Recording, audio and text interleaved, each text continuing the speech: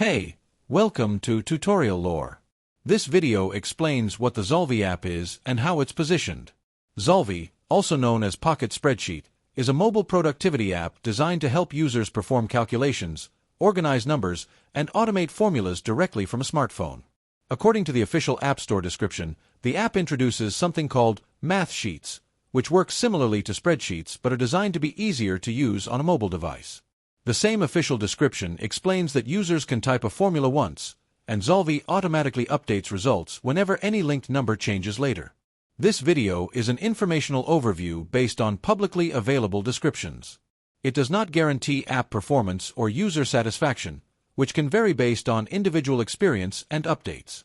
Official information also indicates that the app allows users to create multiple sheets, organize them into folders, and track numbers such as expenses, measurements, or experiment results.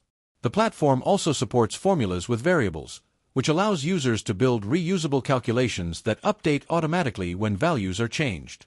According to the app description, Zolvy also includes features like exporting sheets as PDF or CSV files and sharing automations with other users. The app may also store data through iCloud backup and includes interface options such as dark mode and family sharing support depending on device settings. The developer describes the app as a tool that sits somewhere between a calculator and a spreadsheet, giving users a way to handle repeated calculations without building full spreadsheet files. This app may be useful for users who want to track numbers, run repeated calculations, or plan scenarios such as budgets, experiments, or forecasts directly from their phone. For people who regularly work with formulas but want something simpler than traditional spreadsheets, this could be one possible option.